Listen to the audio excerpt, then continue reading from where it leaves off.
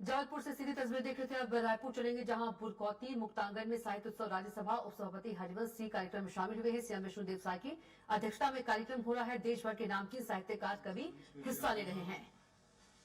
राज्यसभा के उपसभापति आज के इस समारोह के मुख्य अतिथि आदरणीय श्री हरिवंश जी, हमारे प्रदेश के बहुत ही ऊर्जावान उप मुख्यमंत्री श्री अरुण साव जी, मंच में विराजमान डॉक्टर प्रमोद शर्मा जी, कुलपति श्री मनोज जोशी जी, श्री अनंत विजय जी, हमारे साहित्य अकादमी के अध्यक्ष श्री शशांक शर्मा जी, श्री पंकज झा जी, हमारे सलाहकार श्री सुशील त्रिवेदी जी, मंच के नीचे बैठे हमारे डॉक्टर राम प्रताप सिंह जी, श्री अमरजीत सिंह छाबड़ा जी, सुश्री मोना सेन जी, जनसंपर्क विभाग के सचिव रोहित यादव जी,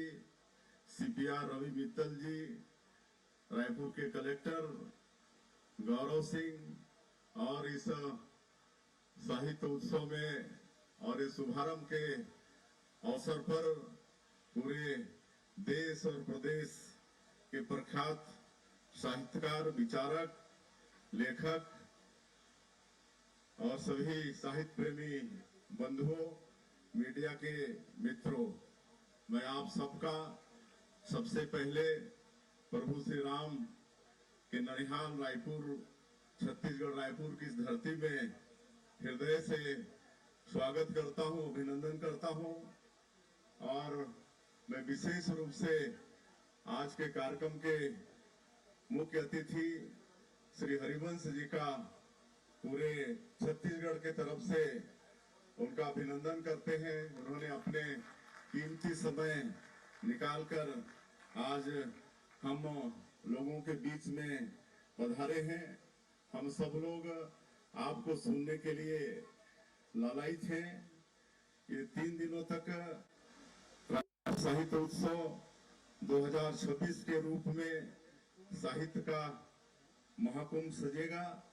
इस उत्सव में प्रदेश एवं देश के विभिन्न राज्यों से 120 ख्याति प्राप्त साहित्यकार हिस्सा लेंगे।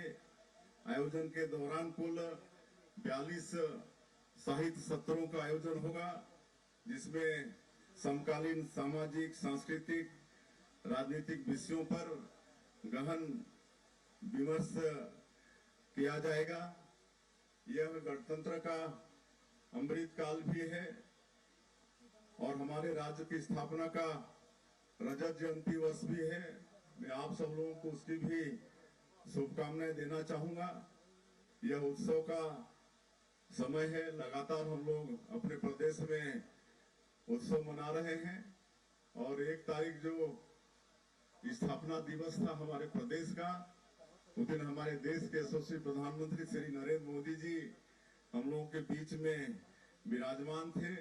उनके कर कमलों से हमारे प्रदेश के नवनिर्मित विधानसभा भवन का भी लोकार्पण हुआ और एक जो बहुत अच्छा ट्राइबल म्यूजियम का निर्माण हम लोगों ने किया है, जिसमें छत्तीसगढ़ के जनजाति समाज के जो 14 स्वतंत्रता संग्राम सेनानी हुए, उनके क्रांति को सचित्र उसमें वर्णन किया गया है, डिजिटल है।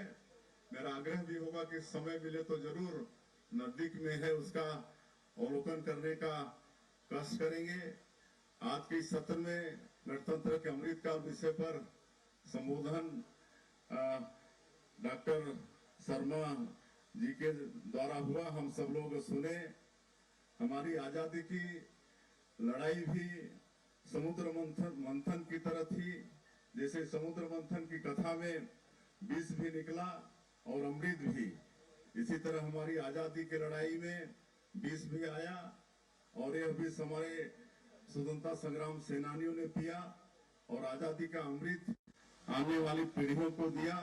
आज हम आजाद माहौल में गणतांत्रिक देश में रह रहे हैं। उसके पीछे हमारे स्वाधीनता सेनानियों की बड़ी भूमिका है, उनका हम नमन करते हैं। हमारे स्वाधीनता सेनानी, लेखक भी थे, पत्रकार भी और वकील भी।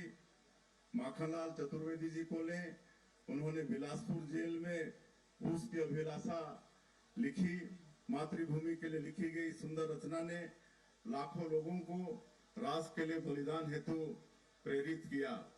माधवराव सप्रे जी को लें, यह कहना कठिन है कि उनका स्वतंत्रता संग्राम में योगदान अधिक था अथवा हिंदी साहित्य में ज्यादा योगदान था।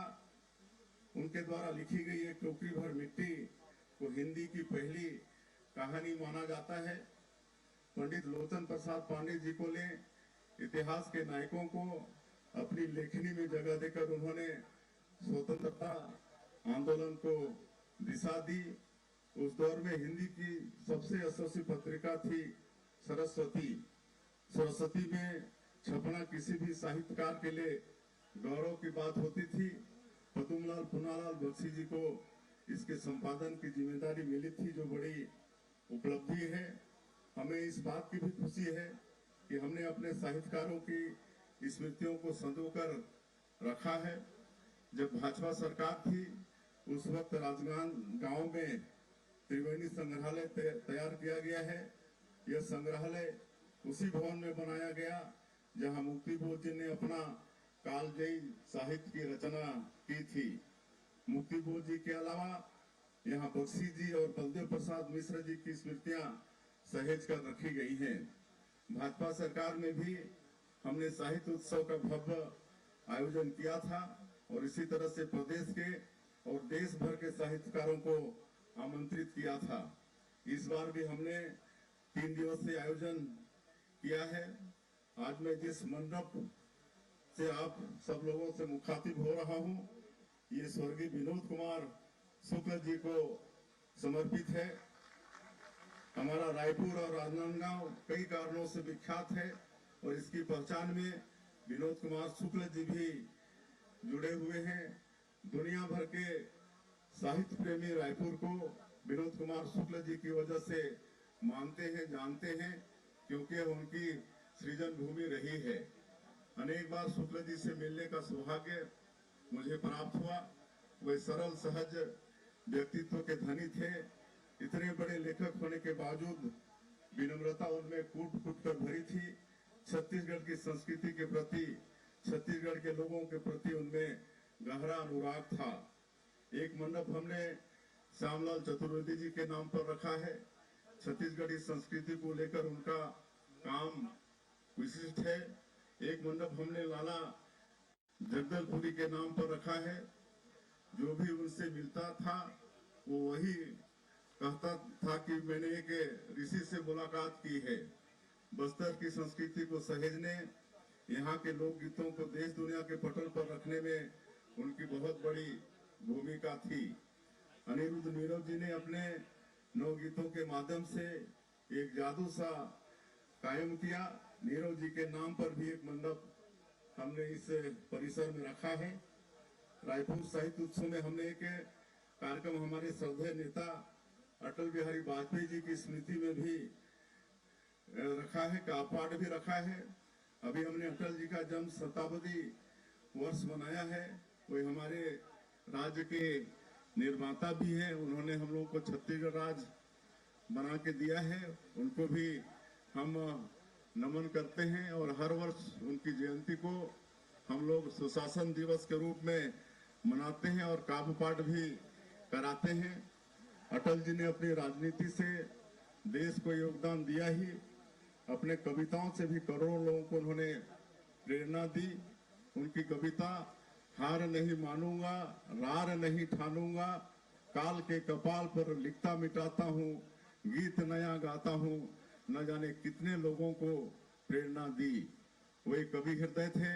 उनकी संवेदनशीलता ने उनकी राजनीतिक सोच को भी गढ़ा और इसका असर उनके निर्णयों में भी दिखता था। जब अमृतकाल में गणतंत्र की बात आती है तो हमें हमारे साहित्यकार भी याद आते हैं, जिन्होंने लोकतंत्र सेनानियों के साथ कदम से कदम मिलाते हुए इमरजेंसी का भी विरोध किया था। उस दौर में दुष्यंत कुमार ने लिखा, एक बूढ़ा आदमी है मुल्क में या यूं कहो इस अंधेरी कोठरी में एक रोशनदान है। यह बात उन्होंने जयप्रकाश नारायण जी के लिए लिखी थी। उनके गजल इमरजेंसी के विरोध के प्रतीक बन गए थे। यह कविता की ताकत है। कविता अन्याय का प्रतिरोध हमेशा करना सिखाती है। आज जिस तरह से अनेक साहित्य प्रेमी रायपुर साहित्य उत्सव के सुंदर आयोजन में जुटे हैं, जिनमें युवा पीढ़ी के लोग भी काफी संख्या में नजर आ रहे हैं, तब महसूस होता है कि प्रदेश में साहित्य का वातावरण कितना उजला है। मुझे विश्वास है कि 3 दिन तक चलने वाला यह आयोजन एक मील की पत्थर की तरह होगा, जिसे वर्षों तक याद किया जाएगा। मैं इस मौके पर और ज्यादा नहीं कहते हुए फिर से एक बार पूरे छत्तीसगढ़ के तरफ से आज के मुख्य अतिथि श्री हरिवंश जी को, जिन्होंने अपना कीमती समय निकालकर आज यहाँ पधारे हैं, उनका बहुत बहुत धन्यवाद करते हुए और इस अवसर पर हमारे प्रदेश के एक हास्य कवि बहुत प्रख्यात हुए सुरेंद्र दुबे जी, उनको भी मैं इस अवसर पर याद करता हूं, उनको भी नमन करता हूं और एक बार पूरे देश और प्रदेश से आए सभी साहित्यकारों का, साहित्य प्रेमियों का, सबका अभिनंदन करते हुए अपनी बात समाप्त करता हूं। जय हिंद, जय छत्तीसगढ़।